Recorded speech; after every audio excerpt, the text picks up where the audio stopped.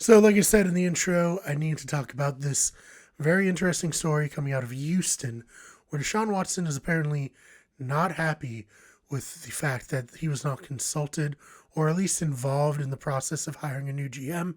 I guess he was promised that that would be the case, but it was not the case. And Adam Schefter tweeted out that when they traded DeAndre Hopkins, who is unquestionably one of the best wide receivers in the entire league, he was Watson was at about a 2 out of 10 in terms of anger. But today, not being consulted, and I guess just seeing the lackluster performance of the Texans all year and maybe seeing that the organization isn't necessarily moving in the right direction, he's at a 10 out of 10. So quite angry.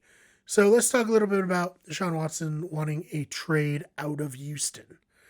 So last week I said that I wasn't ready to move on from Tua after a year like some people on Twitter, and I still am not. However, it's come out that Watson would accept a trade to Miami, which is extremely interesting because Deshaun Watson's a star today, right now. This season, he went 4-12, which is obviously a terrible record, led to the number 3 overall pick that was traded to the Dolphins for Laramie Tunsil and Kenny Stills. But he had a 70% completion percentage, threw for 4,823 yards, 33 touchdowns, and 7 interceptions. That's really great. Borderline MVP numbers if it weren't for Aaron Rodgers and Patrick Mahomes. But when you consider what talent he had around him, it's even more impressive.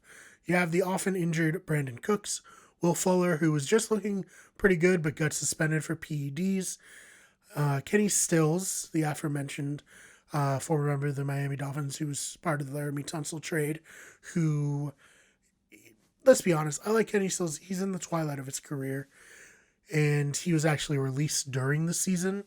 And then, for running back, they have a washed-up David Johnson, who they traded DeAndre Hopkins for, which is just a huge mess. So I think that makes his numbers even more impressive. And Miami would need to put better players around him. Of course, I like Parker Gesicki, Preston Williams when he's healthy, which is unfortunately not often. But I think he could really elevate the team in a way that Tua, just at this point in his career, can't. Basically, I put it like this.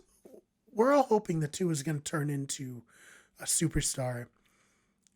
But Deshaun Watson at 25 years old is a superstar right now.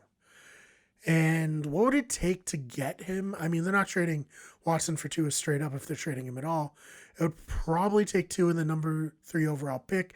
At the very least, probably the number 18 overall pick, if not more from the Dolphins. So they have to weigh their options basically versus Watson and whoever they can sign in free agency, which, hey, if they trade for Deshaun Watson now, Miami's going to become a big free agency hotspot, versus Tua, with who they can sign in free agency, and then also with who they can draft at number 3 and number 18.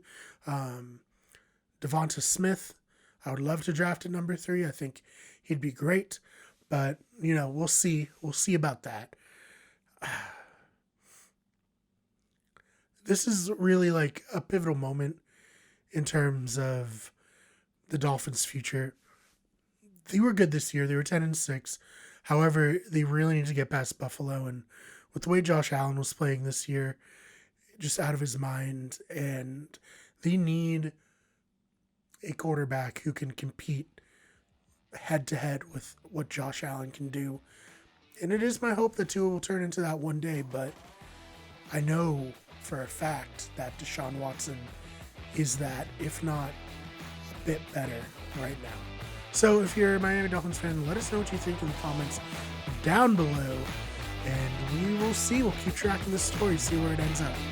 Hey, thanks for watching that clip. If you're interested in the entire show, it comes out at the end of the week, or you can check it out on any podcast service that you like. And if you're listening to this later on in the week on a podcast service, well, why don't you check out our YouTube channel?